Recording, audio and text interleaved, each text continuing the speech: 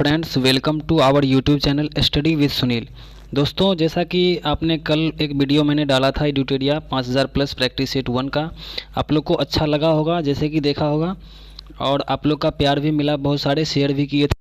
चलिए उसी तरह आज मैं प्रैक्टिस सेट क्वेश्चन 2 का जो है प्रैक्टिस सेट 2 का क्वेश्चन करवाने वाला हूं, फुल डिस्कशन। इसमें कुल 50 क्वेश्चंस होंगे, जिसमें आपको 50 क्वेश्चन से लगभग 200 क्वेश्चन के बराबर लाभ मिलेगा इससे। तो चलिए आप लोग दोस्तों वीडियो को अंत तक ज़रूर देखिएगा और एक दूसरे दोस्त में आप लोग शेयर भी करिएगा, ठीक है। चलिए स्टार्ट करते हैं क्वेश्चन नंबर 1 को। क्वेश्चन नंबर 1 का रहा है, निम्न में से कौन सा मूल अधिकार केवल भारतीय नागरिक को ही प्राप्त है। तो बात करते हैं मूल अधिकार को। तो मूल अधिकार जो है ये भारतीय संविधान की भाग 3 में दिया हुआ है। भाग 3 में जो है भाग 3 में जो है ये मूल अधिकार के बारे में दिया हुआ है। और जो भारतीय नागरिक को जो मूल अधिकार प्राप्त है वो 15, 16, 19, 29 और 30, ये इतना आर्टिकल के अंतर्गत जो भी दिया हुआ है ये सिर्फ भारतीय नागरिक को ही प्राप्त है, ठीक है। आर्टिकल 15 की बात करते हैं तो इसमें 15 में दिया हुआ है धर्म लिंग जाति के आधार पे भेदभाव जो है ये दिया हुआ है इसमें आर्टिकल 15 में। आर्टिकल 16 की बात करते हैं तो इसमें लोक नियोजन के बारे में दिया हुआ है, लोक नियोजन आर्टिकल 16 में है। इसके बाद आर्टिकल 19 की बात करते हैं तो आर्टिकल 19 में जो है ये प्रेस की स्वतंत्रता 19 के 1 में है, 19 के क में है प्रेस की स्वतंत्रता। प्रेस की स्वतंत्रता आर्टिकल 19 के क में है। आर्टिकल 19 में 6 प्रकार की स्वतंत्रता कुल दिया हुआ है। आर्टिकल 19 में 6 प्रकार की कुल स्वतंत्रता है, जिसमें बता दें कि 15 में आपको धर्म लिंग जाति जो हो गया भेदभाव। इसके बाद आर्टिकल 16 में लोक नियोजन हो गया। इसके बाद आर्टिकल 19 में प्रेस की स्वतंत्रता 19 के क में दिया हुआ है, इसमें 6 प्रकार की स्वतंत्रता है। आर्टिकल 29 की बात करते हैं तो आर्टिकल 29 में दिया हुआ है अल्पसंख्यकों के हितों का संरक्षण, अल्पसंख्यकों के वर्गों के हितों का संरक्षण जो है ये आर्टिकल 29 में दिया हुआ है। और आर्टिकल 30 की बात करते हैं तो अल्पसंख्यक वर्गों के लिए शिक्षण संस्थान जो है ये दिया हुआ है। अल्पसंख्यक वर्गों के लिए शिक्षण संस्थान दिया हुआ है, ये आर्टिकल 30 में दिया हुआ है, ठीक है। इसके बाद चलिए क्वेश्चन नंबर 2 पे चलते हैं। क्वेश्चन नंबर 2 में कह रहा है, निम्न कथन पर विचार करें। राज्यसभा के सदस्यों का कार्यकाल 4 वर्ष का होता है। राज्यसभा के सदस्य के लिए कम से कम 35 वर्ष की आयु होना आवश्यक है। राज्यसभा अस्थायी सदन है, लेकिन इसके 1/4 सदस्य प्रति दूसरे वर्ष पे मुक्त हो जाते हैं। चलिए इसमें देखते हैं शुरू से राज्यसभा के बारे में। तो राज्यसभा कैसा सदन है? राज्यसभा एक अस्थायी सदन है, ये सही है। राज्यसभा के सदस्यों का कार्यकाल 6 वर्ष का होता है, ना कि 4 वर्ष का। इसके सदस्यों का कार्यकाल जो होता है वो होता है 6 वर्ष का होता है, ठीक है। राज्यसभा के सदस्यों का कार्यकाल 6 वर्ष का होता है। और राज्यसभा सदस्य के लिए कम से कम आयु जो है ये 30 वर्ष होगा, ना कि 35 वर्ष। 35 वर्ष की बात करते हैं तो राष्ट्रपति और राज्यपाल जो है बनने के लिए न्यूनतम उम्र जो है ये 35 वर्ष होना चाहिए, ठीक है। और बात करते हैं राज्यसभा का, तो राज्यसभा का 30 वर्ष होगा। राज्यसभा के सदस्य का न्यूनतम उम्र जो है, राज्यसभा के सदस्य का न्यूनतम उम्र 30 वर्ष और लोकसभा का 25 वर्ष। लोकसभा के मेंबर का 25 वर्ष होना चाहिए न्यूनतम उम्र, ठीक है। और राज्यसभा की बात करते हैं तो राज्यसभा आर्टिकल 80 में राज्यसभा है, और आर्टिकल 81 में लोकसभा के बारे में बताया गया, और 79 में संसद के बारे में बताया गया है। चलिए तो 2 नंबर क्वेश्चन का आंसर हो जाएगा डी। उपर्युक्त में से सभी इसमें जो भी है कथन गलत है। 1 भी गलत है, 2 भी गलत है, 3 भी गलत है। बात करते हैं क्वेश्चन नंबर 3 का। तो इसमें कह रहा है 1/4, ये ऑप्शन नंबर 3 में 1/4 सदस्य प्रति दूसरे वर्ष पे पदमुक्त हो जाते हैं। इसमें 1/4 गलत है, इसमें 1/3 सदस्य जो है ये प्रति दूसरे वर्ष पे पदमुक्त हो जाते हैं, ठीक है। चलिए क्वेश्चन नंबर 3 पे चलते हैं। क्वेश्चन नंबर 3 का रहा है, धन विधेयक को राज्यसभा अधिकतम कितने दिनों तक रोक सकता है। तो धन विधेयक की बात करते हैं तो धन विधेयक को राज्यसभा अधिकतम धन विधेयक जो है, ये धन विधेयक को राज्यसभा अधिकतम जो है ये 14 दिन तक रोक सकता है। धन विधेयक को चाहे राज्यसभा हो या विधान परिषद हो, ये दोनों जो है इसको 14 दिन तक ही रोक सकता है।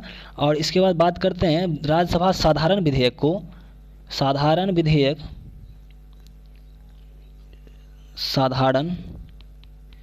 साधारण विधेयक की बात करते हैं तो साधारण विधेयक को राज्यसभा जो है, राज्यसभा साधारण विधेयक को 6 माह तक रोक सकती है।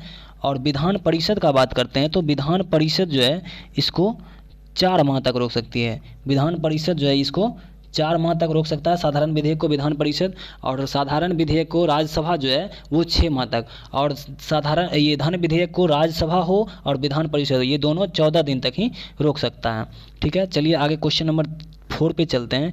क्वेश्चन नंबर 4 का रहा है, कोई भी व्यक्ति उच्च न्यायालय के न्यायाधीश होने के लिए नियुक्ति का पात्र कब होगा, जब वह, ऑप्शन नंबर ए है, भारत राज्य क्षेत्र में कम से कम 10 वर्ष तक न्यायिक पद धारण किया हो या लगातार 10 वर्ष तक उच्च न्यायालय या न्यायालयों में अधिवक्ता के पद पे रहा हो। और ऑप्शन नंबर 2 है, उसकी आयु कम से कम 35 वर्ष की हो।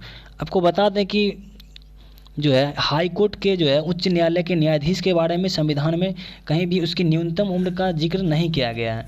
मैक्सिमम उम्र की बात करें तो हाई कोर्ट के जो न्यायाधीश होता है उसका अधिकतम उम्र 62 वर्ष तक हो सकता है। और सुप्रीम कोर्ट में जो है सुप्रीम कोर्ट के न्यायाधीश को अधिकतम उम्र 65 वर्ष तक हो सकता है। और ये हाई कोर्ट के लिए है, हाई कोर्ट का जो है ये 62 वर्ष तक हो सकता है। ठीक है, तो इसका ऑप्शन नंबर सिर्फ ये हो जाएगा, केवल 1 हो जाएगा, ये दूसरा जो है ये गलत है। ठीक है, इसके बाद चलते हैं क्वेश्चन नंबर 5 पे। क्वेश्चन नंबर 5 का रहा है, जो वित्तीय आपात उद्घोषणा का अनुमोदन करने वाले संकल्पन सदन के दोनों सदनों द्वारा कितने माह के भीतर होना चाहिए। तो क्वेश्चन नंबर 5 का ऑप्शन हो जाएगा 2 माह, 60 डेज के अंदर जो है इसका अनुमोदन होता है वित्तीय आपात का। वित्तीय आपात की बात करते हैं तो अभी तक भारत में एक बार भी वित्तीय आपात नहीं लगा है। राष्ट्रीय आपात की बात करते हैं तो राष्ट्रीय आपात का उद्घोषणा जो है ये 1 माह के अंदर होता है। राष्ट्रीय आपात का उद्घोषणा 1 माह के अंदर होना चाहिए। और वित्तीय आपात और एक है राष्ट्रपति शासन, ये दोनों के लिए 2 माह तक जो है इसका जो है अनुमोदन करने वाले संकल्पन का सदन जो है ये 2 माह तक इसको होना चाहिए। ठीक है, तो इसके बाद वित्तीय आपात बता दिए कि अभी तक एक बार भी नहीं लगा। राष्ट्रीय आपात का बात करते हैं तो राष्ट्रीय आपात कुल 3 बार अभी तक लग चुका है, 3 बार, जिसमें एक बार लगा था 1962 में, भारत और चीन के बीच युद्ध हुआ था, उसमें भारत और चीन के बीच जो युद्ध हुआ था उसमें 1962 में राष्ट्रीय आपात लगा था। और एक लगा था 1971 में, 1971 में लगा था, ये लगा था पाकिस्तान के बीच युद्ध हुआ था, पाकिस्तान के बीच युद्ध में। और एक लगा था 1975 में भी। तो 1975 में जो लगा था ये आंतरिक अशांति के कारण। ठीक है, 1975 वाला जो आपात था ये इंदिरा गांधी के समय में 1975 में आंतरिक अशांति के कारण जो है ये आपात लगा था 1975 में। ठीक है, इसके बाद बात करते हैं वित्तीय आपात बता दिए, अभी तक एक भी नहीं लगा। क्वेश्चन नंबर 6 पे चलते हैं। क्वेश्चन नंबर 6 का रहा, भारत में पहली बार केंद्र सरकार के विरुद्ध लोकसभा में अविश्वास प्रस्ताव कब लाया गया था। तो अविश्वास प्रस्ताव जो है भारत में पहली बार जो लाया गया था वो 1963 में लाया गया था, 1963 में। और इस टाइम में तत्कालीन प्रधानमंत्री थे जवाहरलाल नेहरू। और जवाहरलाल नेहरू के खिलाफ अविश्वास का प्रस्ताव लाने वाले व्यक्ति थे जेबी कृपलानी जो थे, ये इसके ऊपर अविश्वास प्रस्ताव लाए थे। इसमें जेबी कृपलानी को मात्र 62 वोट ही मिले थे इसमें, और जवाहरलाल नेहरू को 347 वोट मिला था कुल। तो ये अविश्वास प्रस्ताव इसमें विफल हो गया। और इसके बाद चलते हैं आगे क्वेश्चन नंबर 7 पे। क्वेश्चन नंबर 7 का रहा, राज्य के नीति निर्देशक तत्व के परिवर्तन के लिए किस अनुच्छेद में उपबंध किया गया है। तो राज्य के नीति निर्देशक तत्व की बात करते हैं तो इसका हो जाएगा आर्टिकल 37 में इसके परिवर्तन के बारे में बात किया गया है। आर्टिकल 37 के बारे में बता दिया कि नीति निर्देशक तत्व के प्रावधानों को किसी भी न्यायालय में परिवर्तित नहीं किया जा सकता है, ये भी आर्टिकल 37 में ही है। राज्य के नीति निर्देशक तत्व की बात करते हैं तो राज्य के नीति निर्देशक तत्व एक कल्याणकारी राज्य की स्थापना करता है। और नीति निर्देशक तत्व की जो है संकल्पना आर्टिकल सॉरी, नीति निर्देशक तत्व जो है आर्टिकल 36 से 51 तक इसकी चर्चा किया गया है नीति निर्देशक तत्व का। आर्टिकल 38 की बात करते हैं तो आर्टिकल 38 में कहा गया है राज्य लोक कल्याण की अभिवृद्धि के लिए सामाजिक व्यवस्था बनाएगा। ये आर्टिकल 38 में दिया गया है। आर्टिकल 39 में दिया गया है आर्थिक न्याय प्राप्त करने का सिद्धांत का उल्लेख जो है ये क्या है, आर्थिक न्याय प्राप्त करने का सिद्धांत जो है ये है आर्टिकल 39 में। और आर्टिकल 40 की बात करते हैं तो इसमें है ग्राम पंचायतों का संगठन, ग्राम पंचायत का संगठन जो है ये आर्टिकल 40 में दिया गया है, ठीक है। और आर्टिकल 44 की बात करते हैं तो इसमें है समान सिविल संहिता, समान सिविल संहिता जो है ये समान सिविल संहिता आर्टिकल 44 में दिया हुआ है। 44 में समान सिविल संहिता जो कि एक ही राज्य में लागू है अभी तक। समान सिविल संहिता जो है ये गोवा में लागू है, ठीक है। गोवा में जो है आर्टिकल 44 अभी लागू है। इसके बाद चलते हैं क्वेश्चन नंबर 8 पे।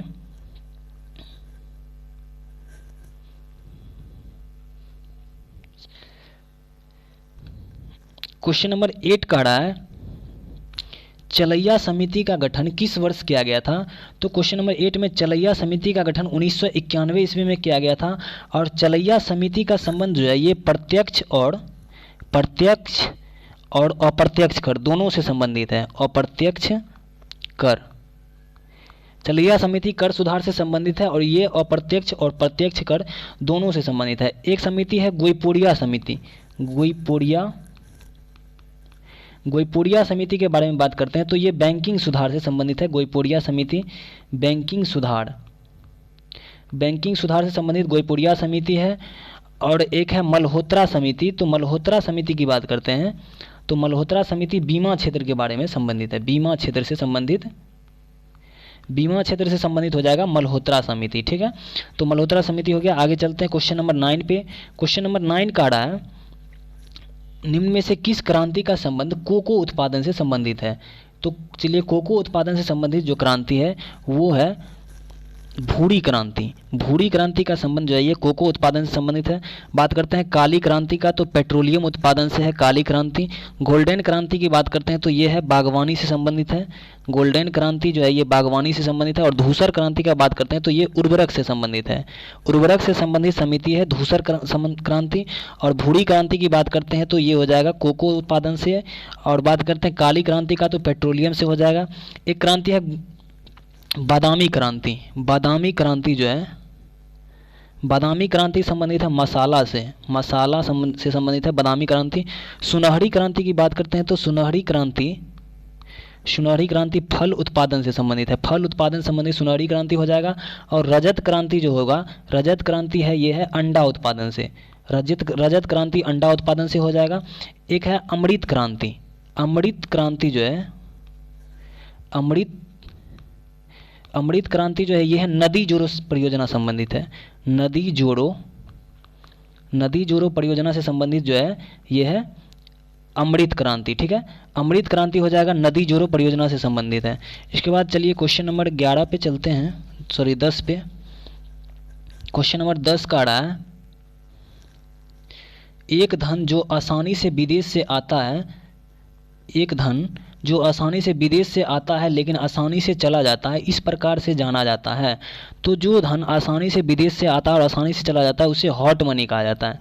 क्या कहा जाता है? Hot money. हार्ड मनी की बात करते हैं तो हार्ड मनी जो है ये धातु के पैसे के भौतिक गुणों को संदर्भित करता है।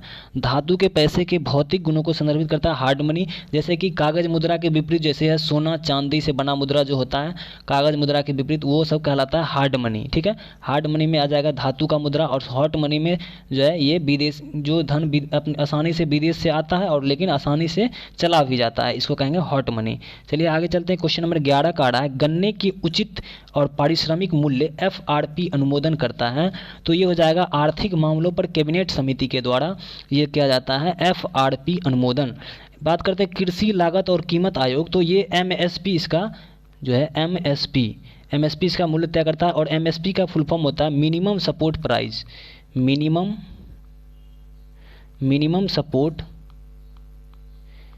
सपोर्ट प्राइस जो होता है ये MSP का फुल फॉर्म होता है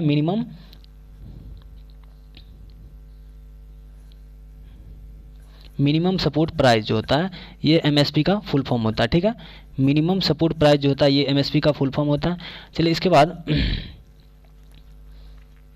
चलते हैं क्वेश्चन नंबर 12 में चलते हैं। 12 नंबर क्वेश्चन का रहा है असहयोग आंदोलन में कौन सा कार्यक्रम शामिल नहीं है। तो बात करते हैं क्वेश्चन नंबर 12 में असहयोग आंदोलन, तो इसका ऑप्शन ए का रहा है सरकारी पदों का त्याग, ऑप्शन बी का रहा है विदेशी माल का बहिष्कार, ऑप्शन सी अदालतों का वकील द्वारा बहिष्कार, और ऑप्शन डी है सरकारी वाहनों से यात्रा करने पर पाबंदी। तो ये ऑप्शन डी इसमें जो है ये शामिल नहीं है, क्योंकि और इसके बाद ये जो है सरकारी पदों का त्याग ये भी शामिल है, विदेशी माल का बहिष्कार भी शामिल है, अदालतों का वकील द्वारा बहिष्कार ये भी शामिल है, और ये गलत हो जाएगा। तो इसका आंसर हो जाएगा right answer option number D. उसके बाद असहयोग आंदोलन की बात करते हैं। तो असहयोग आंदोलन की शुरुआत हुआ था 1 अगस्त 1920 को असहयोग आंदोलन स्टार्ट हुआ था, और उसके बाद असहयोग आंदोलन का नेतृत्व किए थे महात्मा गांधी ने। असहयोग आंदोलन जो है महात्मा गांधी ने स्टार्ट किए थे असहयोग आंदोलन, और असहयोग आंदोलन को बाद में चल के वापस ले लिया गया था, क्योंकि असहयोग आंदोलन को वापस लेने का जो था ये 5 फरवरी 1922 को जो है एक गोरखपुर के जगह था चौड़ा चौड़ी एक जगह था, गोरखपुर का एक जगह है, वहाँ पे जो है एक थाने में पुलिस थाने में आगजनी कर दिया गया, आग लगा दिया गया, जिससे बहुत सारे पुलिसकर्मियों की मृत्यु हो गई। इस हिंसा को देखते हुए महात्मा गांधी ने असहयोग आंदोलन को वापस ले लिया था, ठीक है। इसके बाद बात करते हैं आगे क्वेश्चन नंबर 13 का। क्वेश्चन नंबर 13 का आ रहा है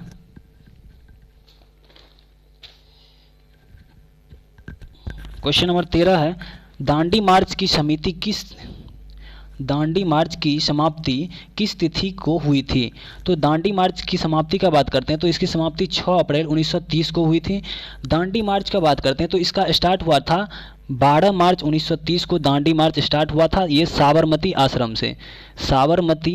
आश्रम से दांडी मार्च स्टार्ट हुआ था, और इसमें गांधी जी जो है दांडी मार्च में नमक कानून के विरोध में 12 मार्च 1930 को दांडी मार्च जो है साबरमती आश्रम से स्टार्ट किए थे, और इसमें लगभग 390 किलोमीटर की दूरी तय किया गया था। 390 किलोमीटर की यात्रा किए थे, और 24 दिन तक इसमें समय लगा था। 24 दिन तक इसमें समय लगा था, और इसके साथ जो थे कुल 78 स्वयंसेवक थे। 78 कुल स्वयंसेवक थे इसके साथ में, और इसमें कुल 24 दिन का टाइम लगा था। चलिए इसके बाद क्वेश्चन चलते हैं क्वेश्चन नंबर 14 पे। क्वेश्चन नंबर 14 का रहा है गांधी जी के जीवन काल में घटी निम्न घटनाओं का कालक्रम सही नहीं है। तो बात करते हैं ऑप्शन ए का, तो चौड़ा चौड़ी घटना 5 फरवरी 1922 को, जो कि बताए हैं अभी कुछ देर पहले। उसके बाद ऑप्शन नंबर बी है द्वितीय गोलमेज सम्मेलन, तो 7 सितंबर 1931 को, ये भी सही है। बात करते हैं सी नंबर ऑप्शन पूना समझौता का, तो पूना समझौता 24 सितंबर 1932 को हुआ था, ये भी सही है। भारत छोड़ो आंदोलन का बात करते हैं तो 23 मार्च 1942, ये गलत है। भारत छोड़ो आंदोलन जो हुआ था वो 8 अगस्त 1942 को जो है भारत छोड़ो आंदोलन स्टार्ट हुआ था। और बात करते हैं पूना समझौता का, तो पूना समझौता 1932 में गांधी और अंबेडकर के बीच हुआ था। गांधी और भीमराव अंबेडकर जो थे उनके बीच हुआ था। पूना समझौता हुआ था गांधी और अंबेडकर के बीच यरवदा जेल में हुआ था, ठीक है। चलिए इसके बाद चलते हैं क्वेश्चन नंबर 15 पे। क्वेश्चन नंबर 15 का रहा है आज़ाद हिंद फौज के साथ सुभाष चंद्र बोस ने सिंगापुर में स्वतंत्र भारत की अस्थायी सरकार का गठन कब किया था। तो ये हो जाएगा 15 का ऑप्शन नंबर बी हो जाएगा। 21 अक्टूबर 1943 को इसका गठन किया गया था, ठीक है। इसके बाद बात करते हैं आज़ाद हिंद फौज का, तो आज़ाद हिंद फौज की पहली बार गठन जो है ये राजा महेंद्र प्रताप ने 1915 ईस्वी में किया था अफगानिस्तान में जो है 1915 ईस्वी में राजा महेंद्र प्रताप ने इसका गठन किया था। और आज़ाद हिंद फौज का बात करते हैं 1942 में आज़ाद हिंद फौज का गठन किया था रास बिहारी बोस ने 1942 में इसका गठन किया था आज़ाद हिंद सरकार, आज़ाद हिंद फौज का, ठीक है। और आज़ाद हिंद फौज के बाद में चल करके ये सुभाष चंद्र बोस को इसका कमान सौंप दिया गया था, ठीक है। इसके बाद चलते हैं क्वेश्चन नंबर 16 पे। क्वेश्चन नंबर 16 का आ रहा है सती प्रथा का उन्मूलन जो है किया गया था, ये किसके तहत किया गया था? तो हो जाएगा 1829 के नियम 17 के द्वारा सती प्रथा का अंत किया गया था, जिसमें सती प्रथा के अंत करने में लॉर्ड विलियम बेंटिक तथा राजा राम मोहन राय के सहयोग से हुआ था। राजा राम मोहन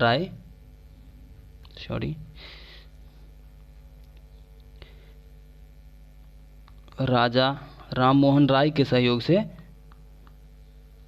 सती प्रथा का अंत हुआ था 1829 ईस्वी में, ठीक है। इसके बाद बात करते हैं ठगी प्रथा का अंत। तो ठगी प्रथा का अंत भी किए थे लॉर्ड विलियम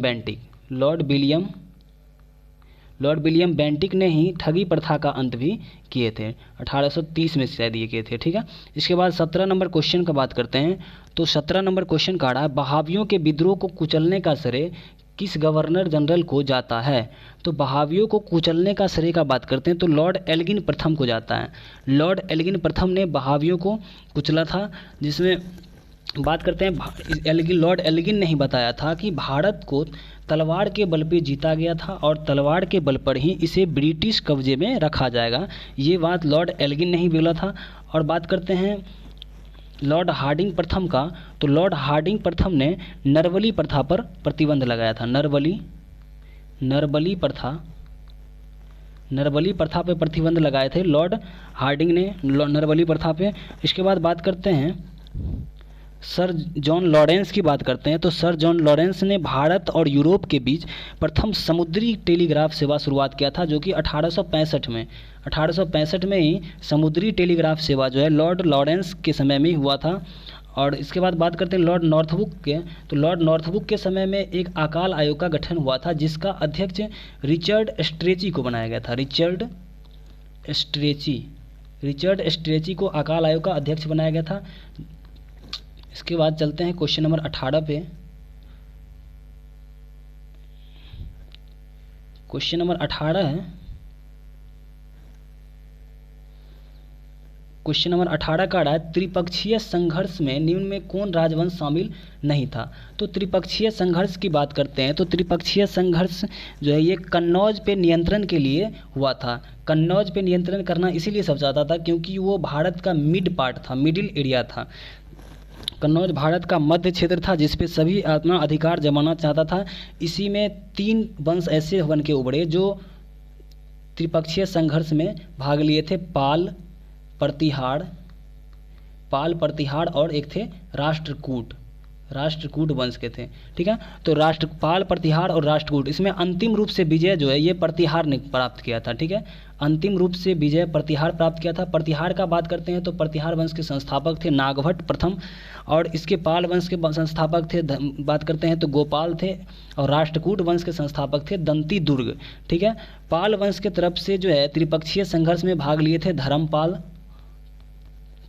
धर्मपाल पाल वंश के पक्ष से भाग लिए थे। और इस बात करते हैं प्रतिहार वंश के पक्ष से जो है त्रिपक्षीय संघर्ष में भाग लिए थे प्रतिहार के पक्ष से भाग लिए थे वत्सराज ने प्रतिहार के पक्ष से भाग लिए थे।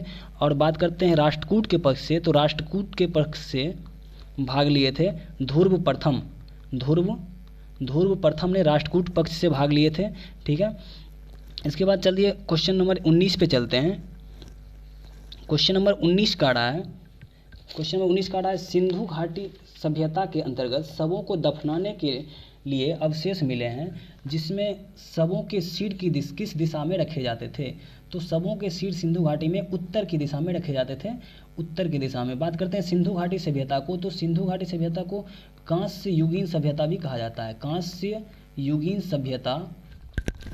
युगीन सभ्यता जो बात करते हैं तो ये सिंधु घाटी सभ्यता को ही कांस्य युगीन सभ्यता कहा जाता है। और इसकी सिंधु घाटी सभ्यता की लिपि का बात करते हैं तो इसकी लिपि जो थी वो कैसे थी? लिपि थी भाव चित्रात्मक इसकी लिपि थी।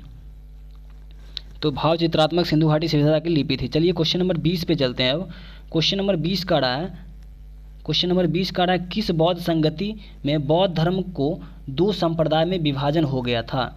तो बौद्ध धर्म का 2 संप्रदाय में विभाजन जो हुआ था ये चतुर्थ बौद्ध संगति में हुआ था। चतुर्थ बौद्ध संगति का बात करते हैं तो चतुर्थ बौद्ध संगति जो है ये हुआ था ईस्वी की प्रथम शताब्दी में हुआ था। ईस्वी की प्रथम शताब्दी में हुआ था चतुर्थ बौद्ध संगति। और इसी बौद्ध संगति में बौद्ध धर्म 2 संप्रदाय में बट गया था, जिसमें एक था महायान और दूसरा था हीनयान। एक था महायान और दूसरा था हीनयान। ठीक है, 2 संगति में बौद्ध जो है बट गया था। उसके बाद बात करते हैं महायान की जो दूसरी शाखा थी उसका नाम था थेरवाद। महायान की दूसरी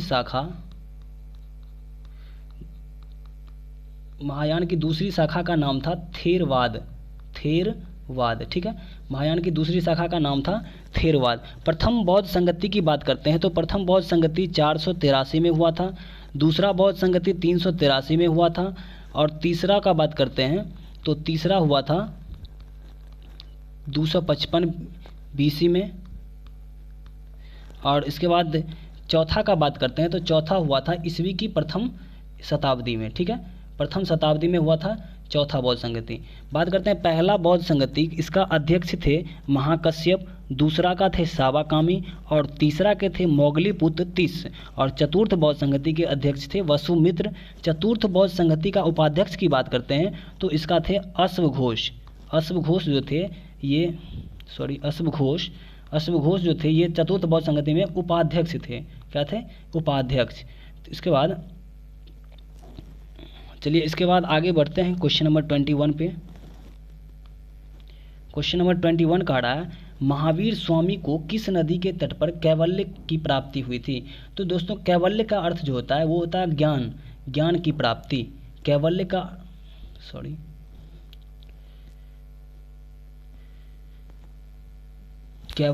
अर्थ जो होता है वो होता है ज्ञान की प्राप्ति। ज्ञान की प्राप्ति जो होता है वो कैवल्य का अर्थ होता है।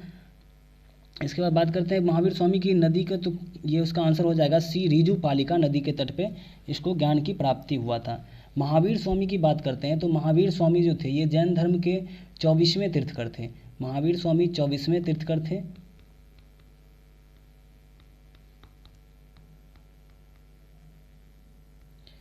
महावीर स्वामी जो थे ये जैन धर्म के 24वें तीर्थकर थे। पहले तीर्थकर की बात करते हैं तो ये थे ऋषभदेव। पहले तीर्थकर थे ऋषभदेव। दूसरे की बात करते हैं तो दूसरे तीर्थकर थे अजीतनाथ। तीसरे तीर्थकर जो थे वो थे संभवनाथ। इसका बात करते हैं तो इसका प्रतीक चिन्ह था सांड, इसका था हाथी और संभवनाथ का था घोड़ा। ठीक है, और बात करते हैं 22वें तीर्थकर का, तो 22वें तीर्थकर का बात करते हैं तो ये थे अरिष्टनेमी का प्रतीक चिन्ह था शंख। अरिष्टनेमी का प्रतीक चिन्ह शंख था। 23वें तीर्थकर की बात करते हैं तो 23वें तीर्थकर थे पार्श्वनाथ का प्रतीक चिन्ह सांप था, सर्प जिसको बोलते हैं। और इसके बाद 24वें तीर्थकर का बता दिए महावीर जो थे इनका प्रतीक चिन्ह है सिंह।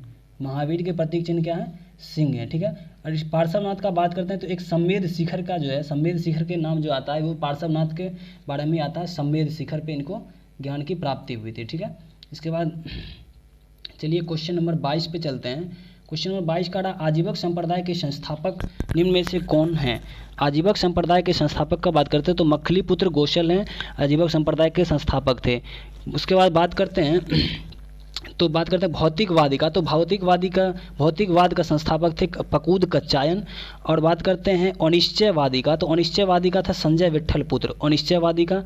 और पूरण कश्यप की बात करते हैं तो ये था घोर अक्रियावादी का था पूरण कश्यप। संजय का बता दिए अनिश्चयवादी का संजय विट्ठल पुत्र था। आजीवक संप्रदाय का मखली घोषाल और कच्चायन का बता दिए हैं, कच्चायन का थे भौतिकवादी का पकूद कच्चायन। इसके बाद चलते हैं क्वेश्चन नंबर 23 पे। क्वेश्चन नंबर 23 कह रहा है किस मुगल शासक के शासनकाल को स्थापत्य कला का स्वर्णिम काल कहा जाता है। तो स्थापत्य कला का स्वर्णिम काल जो है ये शाहजहां के शासनकाल को कहा जाता है। और उसके बाद बात करते हैं चित्रकला का स्वर्णकाल, ये जहांगीर के शासनकाल में कहा जाता है। जहांगीर के दरबार में 2 चित्रकार जो थे अबुल हसन और एक थे मंसूर। अबुल हसन और एक थे मंसूर, ये दोनों चित्रकार जो थे ये जहांगीर के दरबार में ही रहते थे, अबुल हसन और उस्ताद मंसूर। ठीक है, बात करते हैं अकबर के बारे में। तो अकबर ने 1562 ईस्वी में अकबर ने दास प्रथा का अंत किया था 1562 में। 1563 की बात करते हैं, 1562 में दास प्रथा का अंत किया था। 1562 में। 1563 में तीर्थ यात्रा कर समाप्त किया था, तीर्थ कर को समाप्त किया था। और 1564 की बात करते हैं तो 1564 में जजिया कर को समाप्त किया था, जजिया कर को समाप्त किया 1564 में। और 1575 की बात करते हैं तो इबादत खाना की स्थापना, इबादत खाना किया था 1575 में। 1575 में इबादत खाना का। और दीन ए इलाही धर्म की बात करते हैं तो दीन ए इलाही धर्म की स्थापना, दीन ए इलाही धर्म की स्थापना किया था 1582 ईस्वी में। 1582 में किए थे, दीन ए इलाही धर्म की स्थापना किए थे। चलिए उसके बाद आगे चलते हैं क्वेश्चन नंबर 24 में। क्वेश्चन नंबर 24 का रहा है मुगल काल में मुहतसिब कौन था। तो मुगल काल में मुहतसिब जो था ये लोक आचरण के अधिकारी थे। ठीक है, लोक आचरण के अधिकारी को मुहतसिब कहा जाता था।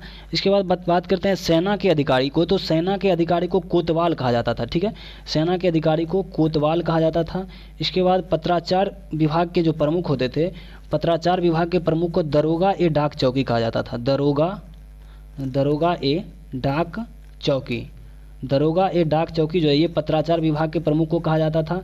इसके बाद बात करते हैं राजस्व अधिकारी का। तो राजस्व अधिकारी को जो है वजीर कहा जाता था, राजस्व अधिकारी को वजीर कहा जाता था। ठीक है, चलिए आगे चलते हैं क्वेश्चन नंबर 25 में। दीवान ए अर्ज किस विभाग से संबंधित था। तो दीवान ए अर्ज जो था ये सैन्य विभाग से संबंधित था। और दीवान ए अर्ज की स्थापना जो है ये बलबन ने किया था। कौन किया था? बलबन। दीवान ए अर्ज की स्थापना बलबन ने किया था। इसके बाद बात करते हैं दान विभाग का। तो दान विभाग में दीवान ए खैरात था। दीवान ए खैरात जो था इसकी स्थापना किए थे FST फिरोज शाह तुगलक ने दीवान ए खैरात का स्थापना किया था जो एक दान विभाग था।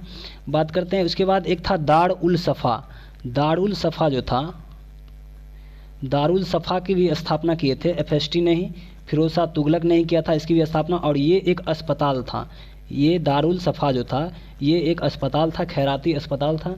इसके बाद बात करते हैं दीवान ए बंदगान जो था, दीवान ए बंदगान ये जो था दास विभाग था। दीवान ए बंदगान जो था ये दास विभाग था और इसकी भी स्थापना किए थे फिरोज शाह तुगलक ने ही इसकी भी स्थापना किए थे दीवान ए बंदगान का। चलिए इसके बाद चलते हैं आगे क्वेश्चन 26 पे। 26 नंबर क्वेश्चन का रहा है बसावन व दसवंत किस शासक के दरबारी चित्रकार थे। तो बता दिए बसावन और दसवंत जो थे ये अकबर के दरबार के चित्रकारी थे, बसावन और दसवंत। जहांगीर के बारे में आपको बता दिए, जहांगीर के जो शासनकाल में चित्रकार थे वो थे अबुल हसन और उस्ताद मंसूर थे। बता दें मुगल काल में चित्रकला का विकास के बारे में पूछे तो ये हुमायूं के शासनकाल को मुगल कला के चित्रकला का विकास का काल कहा जाता है। ठीक है, इसके बाद चलते हैं क्वेश्चन नंबर 27 पे। तो क्वेश्चन नंबर 27 की बात करते हैं तो निम्नलिखित में से कौन सुमेलित नहीं है, इसमें कहा रहा है, इसमें दिया है परमाणु विद्युत गिरी और ये राज्य दिया हुआ है। ठीक है, तो नरोड़ा का बात करते हैं तो नरोड़ा उत्तर प्रदेश सही दिया हुआ है। कूडनकुलम बात करते हैं कर्नाटक में, तो कूडनकुलम कर्नाटक में ये गलत है। कूडनकुलम जो है ये तमिलनाडु में है, तमिलनाडु में है ये कूडनकुलम। काकड़ापाड़ा का बात करते हैं गुजरात सही है। इसके बाद बात करते हैं तारापुर, तो तारापुर महाराष्ट्र सही है। तारापुर ताप विद्युत केंद्र जो है ये भारत का पहला ताप विद्युत केंद्र है जिसकी स्थापना अमेरिका के सहयोग से किया गया था। ठीक है, तारापुर की स्थापना अमेरिका के सहयोग से किया गया था और ये भारत का पहला ताप विद्युत केंद्र है। इसके बाद चलते हैं आगे क्वेश्चन नंबर 28 में। क्वेश्चन नंबर 28 का रहा है जो 38वीं समांतर रेखा किन दो देशों के मध्य स्थित है। तो 38वीं समांतर रेखा की बात करते हैं तो ये उत्तर कोरिया और दक्षिण कोरिया के बीच का जो है 38वीं समांतर रेखा है। बात करते हैं उत्तरी वियतनाम और दक्षिणी वियतनाम को जोड़ने वाली रेखा 17वीं समांतर रेखा है। 17वीं समांतर रेखा जो है ये उत्तर वियतनाम और दक्षिणी वियतनाम को जोड़ता है। अमेरिका और कनाडा की बात करते हैं तो ये 49वीं समांतर रेखा जो है ये अमेरिका और कनाडा को जोड़ता है, 49वीं समांतर रेखा। जर्मनी और फ्रांस की बात करते हैं तो मैगीनोट रेखा जो है, मैगीनोट रेखा जर्मनी और फ्रांस को जोड़ता है, ठीक है। मैगीनोट रेखा जर्मनी और फ्रांस को जोड़ता है। क्वेश्चन नंबर 29 में चलते हैं। जो 29 का निम्न में से कौन सा एक अच्छे ईंधन का गुण नहीं है? एक अच्छे ईंधन का गुण ऑप्शन नंबर ए है ईंधन को ऊष्मीयमान उच्च होना चाहिए। ऑप्शन बी है जलने पर ज़्यादा से ज़्यादा अवशिष्ट व हानिकारक गैसों का उत्सर्जन होना चाहिए। ऑप्शन नंबर सी का रहा ईंधन का प्रज्वलन ताप ना तो कम ना ही ज़्यादा होना चाहिए। ऑप्शन नंबर डी है इनमें से सभी। तो क्वेश्चन नंबर 29 का जो है ये ऑप्शन बी जो है इसका गलत हो जाएगा, क्योंकि जलने पे ज़्यादा से ज़्यादा अवशिष्ट व हानिकारक गैसों का उत्सर्जन अगर ये नहीं होना चाहिए, एक अच्छे ईंधन का ये गुण है, ठीक है। और इसमें काड़ा होना चाहिए तो ये गलत हो जाएगा, इसलिए ऑप्शन नंबर बी इसका राइट आंसर है। चलिए इसके बाद चलते हैं क्वेश्चन नंबर 30 पे।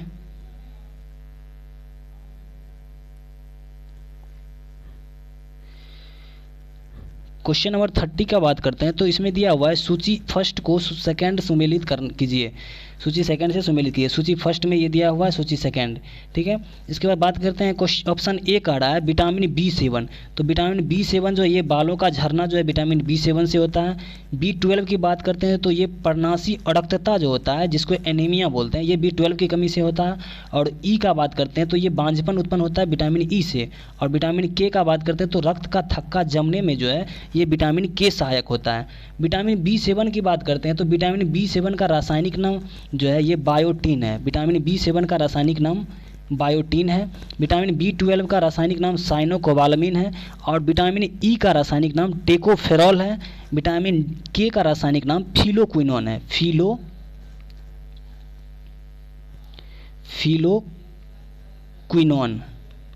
फिलोक्विनोन जो है ये विटामिन के का रासायनिक नाम है, ठीक है।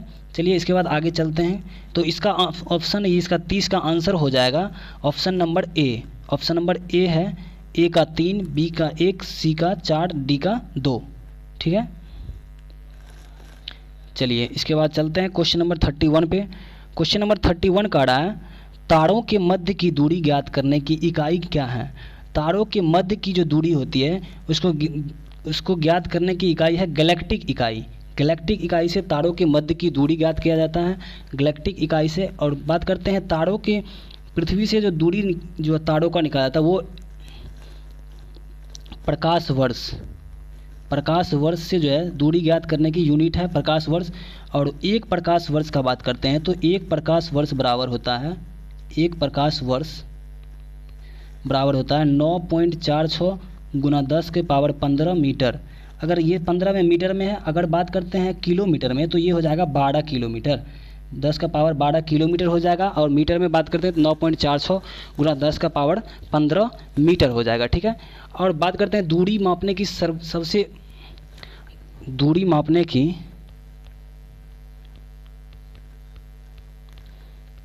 बड़ी यूनिट जो है दूरी मापने की सबसे बड़ी यूनिट जो है ये होता है पारसेक।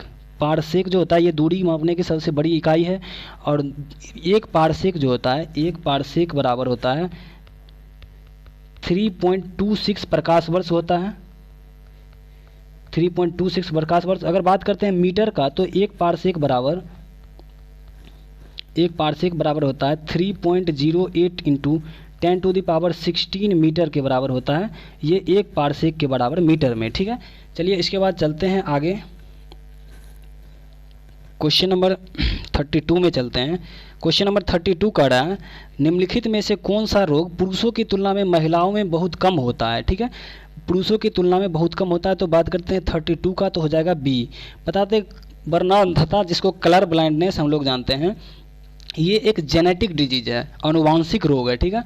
अनुवांशिक रोग में बात करते हैं तो अनुवांशिक रोग हीमोफीलिया भी आता है। हीमोफीलिया जिसको रक्त का थक्का नहीं बन पाता है इसी को हीमोफीलिया रोग कहते हैं, ठीक है। हीमोफीलिया हो गया, टर्नर सिंड्रोम हो गया, क्लेनीफेंटर सिंड्रोम हो गया, पटाऊ सिंड्रोम हो गया, ये सब जेनेटिक डिजीज है। अनुवांशिक रोग में कौन कौन आएगा? Haemophilia, Turner syndrome, Klinefelter syndrome, Patau syndrome, ये सब जेनेटिक डिजीज अनुवांशिक रोग हैं। चलिए क्वेश्चन नंबर 33 पे चलते हैं।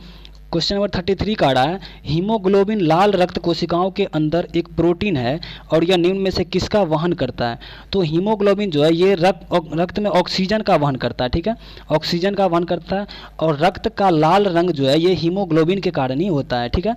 रक्त का लाल रंग अगर पूछे तो रक्त का लाल रंग होगा हीमोग्लोबिन के कारण, हीमोग्लोबिन के कारण रक्त का लाल रंग होता है। और आरबीसी का जीवन काल पूछे तो ये होता है 120 दिन का, आरबीसी का जीवन काल 120 दिन तक होता है, ठीक है। और डब्ल्यूबीसी का जीवन काल पूछे तो ये 4 से 6 दिन तक का होता है डब्ल्यूबीसी का जीवन काल, ठीक है। और रक्त का बात करें तो ब्लड का जो निर्माण होता है वो बोन मैरो से होता है, ठीक है। बोन मैरो से जो है ये इसको हिंदी में बोलते हैं अस्थि मज्जा, अस्थि मज्जा से रक्त का निर्माण होता है। चलिए इसके बाद क्वेश्चन नंबर 33 का ही बात करते हैं। तो मनुष्य में जो है बात करते हैं, मनुष्य द्वारा अगर छोड़ी गई और कार्बन डाइऑक्साइड का बात करें, मनुष्य द्वारा अगर सांस में लिया जाता है तो जितना वायुमंडल में होगा उतना हम लोग सांस में लेंगे, यूज करेंगे। ऑक्सीजन का मात्रा अगर सांस लेने में पूछे तो ये हो जाएगा 21%, कार्बन डाइऑक्साइड का पूछे तो 0.03% हो जाएगा।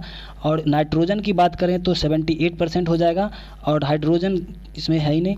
इसकी बात करते हैं कार्बन डाइऑक्साइड का, तो मनुष्य द्वारा छोड़ी गई सांस में कार्बन डाइऑक्साइड का मात्रा अगर पूछे तो ये हो जाएगा 4%। मनुष्य द्वारा छोड़ी गई सांस में कार्बन डाइऑक्साइड 4% पाया जाता है। और वायुमंडल में बात करें तो ये सब बता दिए हैं, कार्बन डाइऑक्साइड कितना होगा 0.03%, ऑक्सीजन हो जाएगा 21% और नाइट्रोजन 78% होता है। सूर्य में हाइड्रोजन का प्रतिशत अगर बात करें तो ये सूर्य में हाइड्रोजन 71% पाया जाता है और हीलियम 26.5% पाया जाता है, हीलियम गैस, ठीक है। इसके बाद चलते हैं क्वेश्चन नंबर 34 में, किसी पदार्थ को एक अवस्था से दूसरी अवस्था में बिना तापमान में बदलाव के परिवर्तन होने के लिए आवश्यक ऊष्मा की मात्रा क्या कहलाती है। तो इसका हो जाएगा 34 का ऑप्शन नंबर डी, गुप्त ऊष्मा। गुप्त ऊष्मा की बात करते हैं तो गुप्त ऊष्मा जो है, अगर जल की बात करें तो जल की गुप्त ऊष्मा हो जाएगा 540 कैलोरी, 540 किलो कैलोरी, ठीक है, किलो कैलोरी जो होगा 540, ये हो जाएगा जल का। और बर्फ़ का अगर पूछे गुप्त ऊष्मा तो ये हो जाएगा 80 कैलोरी पर ग्राम, 80 कैलोरी पर ग्राम हो जाएगा ये बर्फ़ का, ठीक है। और बात करते हैं विशिष्ट ऊष्मा का, तो विशिष्ट ऊष्मा का जो है जल का विशिष्ट ऊष्मा का मान होता है ये 4200 कैलोरी। और बात करते हैं बर्फ़ की विशिष्ट ऊष्मा तो ये हो जाएगा 2100 यानी 2100 कैलोरी होता है, ठीक है। विकिरण का बात करते हैं तो विकिरण जो है ये बिना माध्यम का ऊष्मा का स्थानांतरण जो होता है वो होता है विकिरण के द्वारा। संवहन का बात करते हैं तो जल और गैस ये दोनों में ऊष्मा का स्थानांतरण जो है ये संवहन विधि के द्वारा होता है, जल और गैस में। और ठोस में बात करते हैं ऊष्मा का जो चालन विधि के द्वारा होता है, ठीक है। इसके बाद क्वेश्चन नंबर 35 में चलते हैं, निम्नलिखित कोशिका अंगों में से किसमें न्यूक्लिक अम्ल नहीं पाया जाता है। तो न्यूक्लिक अम्ल की बात करते हैं तो ये जीव द्रव्य में न्यूक्लिक अम्ल नहीं पाया जाता है। और जीव द्रव्य को जीवन का भौतिक आधार किसने कहा था, तो ये हैक्सले ने किया था, हैक्सले ने कहा था जीव द्रव्य जीवन का भौतिक आधार है। और जीव द्रव्य की खोज की बात करें तो जीव द्रव्य का खोज 1835 ईस्वी में 1835 में डुजार्डिन ने किया था। कौन किया था, डुजार्डिन, 1835 में डुजार्डिन ने किया था। जीव द्रव्य शब्द का प्रयोग अगर पूछे सर्वप्रथम किसने किया था, तो जीव द्रव्य शब्द का सर्वप्रथम प्रयोग किया था पुरकिंजे ने जीव द्रव्य शब्द का पहली बार प्रयोग किया था, पुरकिंजे। और हरित लवक की बात करते हैं तो हरित लवक में पाए जाने वाले जो तत्व हैं वो है मैग्नीशियम जो है ये हरित लवक में पाया जाता है। इसके बाद बात करते हैं केंद्रिका का, तो केंद्रिका की खोज सर्वप्रथम जो किया था, केंद्रिका का खोज किया था फेलिस फोंटाना ने सर्वप्रथम केंद्रिका का खोज किया था। केंद्रक की बात करते हैं तो केंद्रक अलग है और केंद्रिका अलग है। केंद्रक का खोज के बारे में पूछे तो हो जाएगा रॉबर्ट ब्राउन, केंद्रक की खोज। और केंद्रिका का खोज के बारे में पूछे तो फेलिस फोंटाना ने किया था इसका खोज, ठीक है। इसके बाद बात करते हैं राइबोसोम का, तो राइबोसोम का जो खोज किया था 1955 ईस्वी में किया था जॉर्ज पैलाडे ने राइबोसोम का खोज किया था, पैलाडे ने किया था, 1955 में राइबोसोम का खोज किया था। चलिए क्वेश्चन नंबर 36 पे चलते हैं। क्वेश्चन नंबर 36 का रहा निम्न में से कौन सा विटामिन ए का अच्छा स्रोत नहीं है। तो बात ऑप्शन ए है मछली का तेल, ऑप्शन बी है पालक, ऑप्शन सी है जंतु के यकृत एवं गुर्दे, ऑप्शन डी है आम। तो इसका ऑप्शन हो जाएगा 36 का option number C. Option number C जो है जंतु के यकृत में गुर्दे जो है इसमें विटामिन ए का अच्छा स्रोत नहीं है। पालक में बात करते हैं तो इसके अच्छा स्रोत है, और पालक में आयरन भी पाया जाता है। ठीक है, आयरन सबसे मैक्सिमम पालक के पत्ते में ही होता है। चलिए इसके बाद चलते हैं आगे के क्वेश्चन पे 37। क्वेश्चन नंबर 37 का रहा है सूची 1 को सूची 2 से मिलान करें। सूची 1 को सूची 2 से मिलान करने के लिए करा है। इसमें ऑप्शन ए है प्रतिरोध, तो प्रतिरोध का यूनिट क्या हो जाएगा, ओम। विद्युत प्रवाह जो है इसका विद्युत प्रवाह का यूनिट हो जाएगा एम्पियर, और बल का हो जाएगा न्यूटन, और पावर का हो जाएगा वाट, पावर यानी शक्ति। ठीक है, तो इसका ऑप्शन हो जाएगा 37 का हो जाएगा। चलिए मिलाते हैं ऑप्शन। इसका हो जाएगा ए का 4, बी का 1, और सी का 2, और डी का 3। तो इसका ऑप्शन हो जाएगा बी आंसर। ठीक है, बी आंसर हो जाएगा इसका। चलिए आगे क्वेश्चन चलते हैं क्वेश्चन नंबर 38 पे। क्वेश्चन नंबर 38 का रहा है धातुओं में सबसे कम घनत्व वाला तत्व जो है ये कौन है। धातुओं में सबसे कम घनत्व वाला तत्व होता है लिथियम। ठीक है, लिथियम की बात करते हैं तो इसकी एटॉमिक नंबर जो है लिथियम का होता है 3 इसका एटॉमिक नंबर होता है। कॉपर का एटॉमिक नंबर की बात करते हैं तो 29 होता है। सोडियम की बात करते हैं तो 11 होता है, और पाड़ा का बात करते हैं तो पाड़ा का एटॉमिक नंबर होता है 80, पाड़ा का 80 होता है। ठीक है, कॉपर जो होता है कॉपर से एक इसका अयस्क ये बनता है copper sulphate, CuSO4। Copper sulphate जो बनता है इसको कहा जाता है ब्लू विट्रॉल कहा जाता है। इसको हिंदी में नीला थोथा कहते हैं, नीला थोथा जो है ये कॉपर सल्फेट को ही कहा जाता है, जिसको हम लोग ब्लू विट्रॉल बुलाते हैं। ठीक है, क्वेश्चन नंबर 39 पे चलते हैं अब।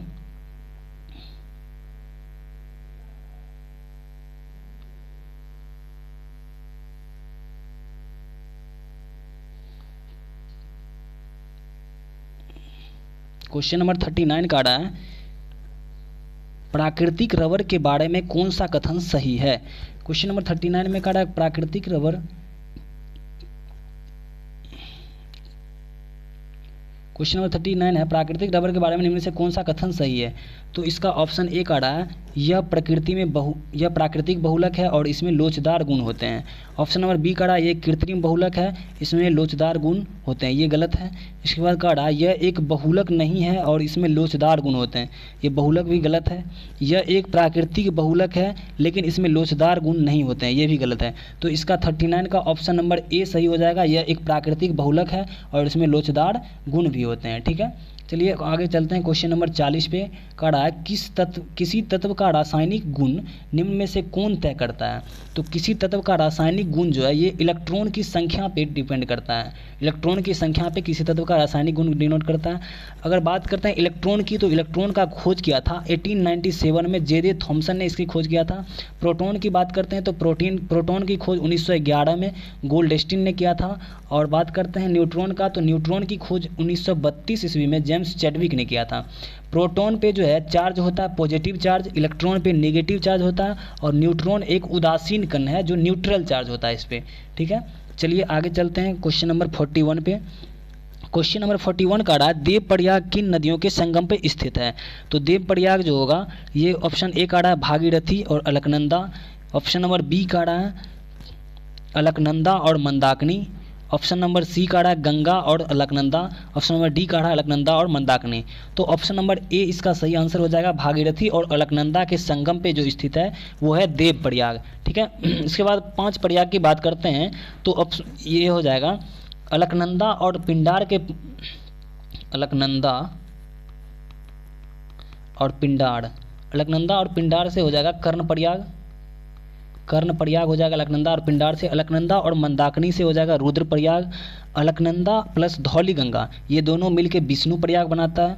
और अलकनंदा और नंदाकिनी मिलके नंद प्रयाग बनाता है। एक बार फिर से गौर करिएगा, देव प्रयाग की बात करते हैं तो भागीरथी और अलकनंदा मिलके देव प्रयाग बनाता है, अलकनंदा और मंदाकिनी मिलके रुद्र प्रयाग बनाता है, अलकनंदा और पिंडार मिलके कर्ण प्रयाग बनाता है, अलकनंदा और धौली गंगा मिलके विष्णु प्रयाग बनाता है, और अलकनंदा और नंदाकिनी मिलके नंद प्रयाग बनाता है। ठीक है, इसके बाद चलते हैं क्वेश्चन नंबर 42 पे।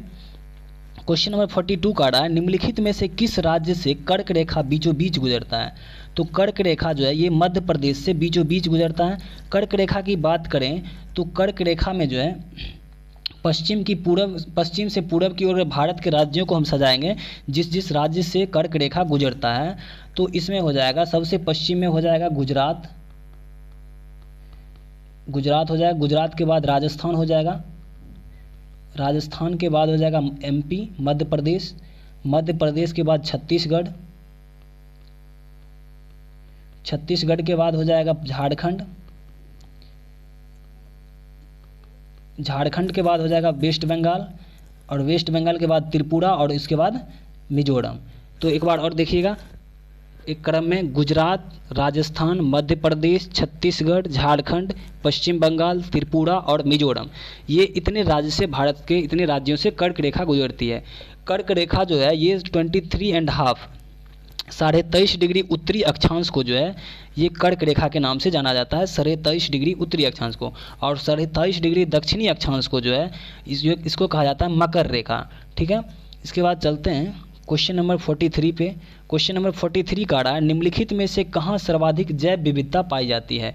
तो इसका आंसर हो जाएगा ऑप्शन नंबर सी, उष्णकटिबंधीय वर्षा वन में सर्वाधिक जैव विविधता पाई जाती है। अगर भारत की बात करते हैं तो भारत में सर्वाधिक जैव विविधता पश्चिमी घाट में पाई जाती है। पश्चिमी घाट में सर्वाधिक जैव विविधता भारत में पाया जाता है। और अगर विश्व की बात करते हैं तो सर्वाधिक जैव विविधता जो है ये उष्णकटिबंधीय वर्षा वन में पाया जाता है। ठीक है, इसके बाद चलते हैं क्वेश्चन नंबर 44 में। क्वेश्चन कर रहा है, निम्नलिखित में से कौन सुमेलित नहीं है। ऑप्शन ए है बांधवगढ़ राष्ट्रीय उद्यान मध्य प्रदेश में, सही है। रोहिल्ला राष्ट्रीय उद्यान गुजरात, बांदीपुर राष्ट्रीय उद्यान कर्नाटक, सिमलीपाल राष्ट्रीय उद्यान उड़ीसा। इसमें ऑप्शन नंबर 2 जो है ये गलत दिया हुआ है, क्योंकि रोहिल्ला राष्ट्रीय उद्यान जो है ये है, रोहिल्ला राष्ट्रीय उद्यान उत्तराखंड के नैनीताल में है। ये है उत्तराखंड के नैनीताल में रोहिल्ला राष्ट्रीय उद्यान है। बाद बाकी सब सही है। बांधवगढ़ की बात करते हैं तो मध्य प्रदेश में, बांदीपुर कर्नाटक में, और सिमलीपाल उड़ीसा में है। ठीक है, चलिए आगे चलते हैं क्वेश्चन नंबर 45 में। 45 नंबर क्वेश्चन का रहा है, निम्नलिखित में से कौन शीत महासागरीय जलधारा नहीं है। तो शीत महासागरीय जलधारा नहीं का बात करते हैं तो ये अगुलहास होगा। अगुलहास एक गर्म जलधारा है। अगुलहास ये एक हिंद महासागर की जलधारा है। दक्षिणी पश्चिमी हिंद महासागर में ये अगुलहास जलधारा होती है। ठीक है, इसके बाद लेब्राडोर की बात करते हैं तो लेब्राडोर एक ठंडी जलधारा है। ये अटलांटिक महासागर में है। ठीक है, अटलांटिक महासागर की जलधारा हो जाएगा लेब्राडोर जलधारा। बेंगुएला की जलधारा की बात करते हैं तो ये बेंगुएला की जलधारा दक्षिणी अटलांटिक महासागर की जलधारा ठंडी जलधारा है।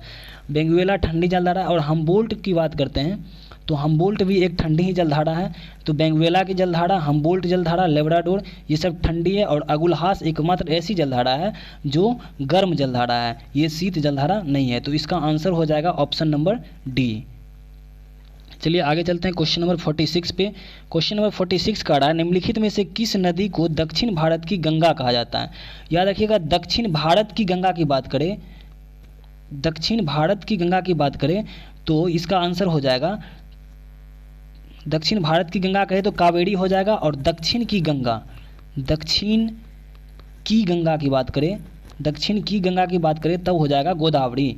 अगर दक्षिण भारत की गंगा पूछे तो ये हो जाएगा कावेरी, और दक्षिण की गंगा पूछे तो हो जाएगा गोदावरी। ठीक है, और गोदावरी नदी की बात करते हैं तो गोदावरी नदी जो इसका उद्गम स्थल है नासिक की पहाड़ी से ये निकलती है गोदावरी नदी। इसके बाद बात करते हैं इसकी लंबाई की, तो गोदावरी की लंबाई है 1465, इसका लंबाई की बात करते हैं तो हो जाएगा 1465 किलोमीटर जो है ये गोदावरी की लंबाई है। और बात करते हैं कृष्णा का तो 1401 किलोमीटर जो है ये कृष्णा नदी की लंबाई है। चलिए इसके बाद ये कावेरी नदी जो है ये कर्नाटक और तमिलनाडु में बहती है, और बैगाई नदी भी दक्षिण भारत की नदी है। चलिए क्वेश्चन नंबर 47 की बात करते हैं तो प्रशांत महासागर क्षेत्र में रिंग ऑफ फायर किस लिए जाना जाता है। रिंग ऑफ फायर जो है, ऑप्शन ए है भूकंप, ऑप्शन बी है ज्वालामुखी, ऑप्शन सी तूफान, और ये है जल की आग। तो इसमें भूकंप और ज्वालामुखी दोनों होगा, ठीक है। तो ये इसका ऑप्शन हो जाएगा 1 और 2, ऑप्शन नंबर बी इसका राइट आंसर है। भूकंप की बात करते हैं तो भूकंप जो है, ये भूकंप 4 प्रकार का होता है। इसमें तरंग 3 प्रकार की तरंग इसमें से निकलता है। भूकंप से 3 प्रकार का, एक होता है एस, एक होता है पी, और एक होता है एल। पी वेव जो होता है, एक होता है एस पी वेव, एक होता है एस वेव, और एक होता है एल वेव। एल वेव का खोज जो किया था वो एच डी लव ने किया था, एच डी लव ने किया था। एल वेव का खोज किया था एच डी लव ने किया था। और सर्वाधिक विनाशकारी जो है, विनाशकारी भूकंप जो है, सर्वाधिक विनाशकारी भूकंप जो होता है वो एल वेव होता है, एल वेव, ठीक है। और भूकंप को जो मापा जाता है वो रिएक्टर स्केल पे मापा जाता है, रिएक्टर स्केल पे मापा जाता है भूकंप को। और सर्वाधिक आगे वाले जो अंक होता है वो पीछे वाले का जो 10 गुना होता है। इसमें रिएक्टर स्केल में जो पीछे वाले का अंक जो होता है वो आगे, उसका जो आगे होता है वो पीछे वाले का 10 गुना के बराबर तीव्रता होती है उसमें, ठीक है। चलिए इसके बाद चलते हैं क्वेश्चन नंबर 48 पे।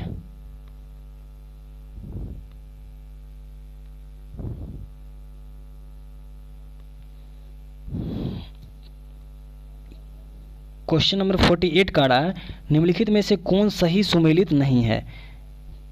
ऑप्शन ए है, क्वेश्चन है निम्नलिखित में से कौन सही सुमेलित नहीं है। ऑप्शन ए है टकला मकान चाइना में, थार मरुस्थल भारत में, अटाकामा चिली में, और गिब्सन मरुस्थल अफ्रीका में। तो बात करते हैं, टकला मकान चीन सही है, थार मरुस्थल भारत और पाकिस्तान में पाया जाता है, ये भी सही है। और सर्वाधिक जनसंख्या वाला मरुस्थल अगर पूछे तो ये थार मरुस्थल होगा, ठीक है। और अटाकामा मरुस्थल जो चिली में है ये सर्वाधिक शुष्क मरुस्थल है। सर्वाधिक शुष्क मरुस्थल की बात करें तो अटाकामा मरुस्थल चिली में है। और चिली दक्षिणी अमेरिका का कॉन्टिनेंट, दक्षिण अमेरिका कॉन्टिनेंट का ये एक पार्ट है, ठीक है। इसके बाद गिब्सन बात करें तो गिब्सन और सिम्पसन ये 2 डेजर्ट जो है मरुस्थल याद रखिएगा, ये ऑस्ट्रेलिया में है, ठीक है। ऑस्ट्रेलिया में जो है मरुस्थल है, एक है गिब्सन और एक है सिम्पसन। सिम्पसन और गिब्सन, सिम्पसन और गिब्सन मरुस्थल की बात करते हैं तो ये दोनों मरुस्थल कहाँ हैं, ये दोनों मरुस्थल ऑस्ट्रेलिया में है, ठीक है। चलिए क्वेश्चन नंबर 49 पे चलते हैं। क्वेश्चन नंबर 49 का रहा है,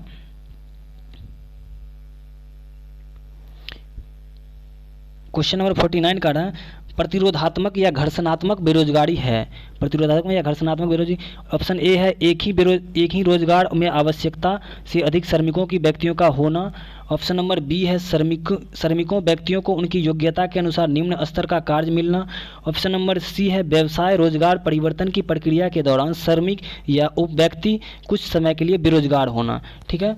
तो इसमें क्वेश्चन नंबर 49 का जो आंसर हो जाएगा, इसका आंसर होगा बी नंबर ऑप्शन, श्रमिकों व्यक्तियों की उनकी योग्यता के अनुसार बहुत निम्न स्तर का कार्य मिलना ही प्रतिरोधात्मक या घर्षणात्मक बेरोजगारी कहलाता है। भारत में अधिकतम जो है ये संरचनात्मक बेरोजगारी देखने को मिलता है। भारत में सॉरी, इसका आंसर हो जाएगा 49 का सी हो जाएगा। व्यवसाय रोजगार परिवर्तन की प्रक्रिया के दौरान श्रमिक व्यक्ति को कुछ समय के लिए जो बेरोजगार होता है उसी को कहा जाता है प्रतिरोधात्मक या घर्षणात्मक बेरोजगारी, ठीक है। इसका ऑप्शन सी सही है। और भारत में सर्वाधिक बात करते हैं तो संरचनात्मक बेरोजगारी है। और संरचनात्मक बेरोजगारी जो होता है, मैक्सिमम बेरोजगार इसमें खेती के क्षेत्र में लगा रहता है, कृषि के क्षेत्र में, ठीक है। चलिए इसके बाद बात करते हैं क्वेश्चन नंबर 50 की। तो न्यूनतम समर्थन मूल्य MSP के बारे में निम्नलिखित कथनों पर विचार करें। ऑप्शन ए है न्यूनतम समर्थन मूल्य आर्थिक मामलों की मंत्रिमंडलीय समिति द्वारा प्रस्तावित की जाती है। ऑप्शन 2 है जो न्यूनतम समर्थन मूल्य कृषि लागत एवं मूल्य आयोग द्वारा अनुमोदित की जाती है। तो इसका 50 का ऑप्शन हो जाएगा, दोनों इसमें सही है, ठीक है। तो इसका हो जाएगा 1 और 2, सी आंसर हो जाएगा। न्यूनतम समर्थन मूल्य को जो है आर्थिक मामलों की मंत्रिमंडलीय समिति द्वारा प्रस्तावित की जाती है और न्यूनतम समर्थन मूल्य कृषि लागत एवं मूल्य आयोग द्वारा अनुमोदित की जाती है। चलिए दोस्तों, अब ख़त्म हो चुका है, तो आई होप आप लोग को ये सेशन अच्छा लगा होगा। आप लोग जो है इसमें मैक्सिमम अधिक से अधिक मात्रा में अपने दोस्तों के साथ शेयर करें और ज़्यादा से ज़्यादा शेयर करते रहेंगे तो मेरी भी थोड़ा सा आशा रहेगी और आगे वीडियो बनाने का, इसलिए आप लोग ज़्यादा से ज़्यादा फैलाएं वीडियो को। धन्यवाद।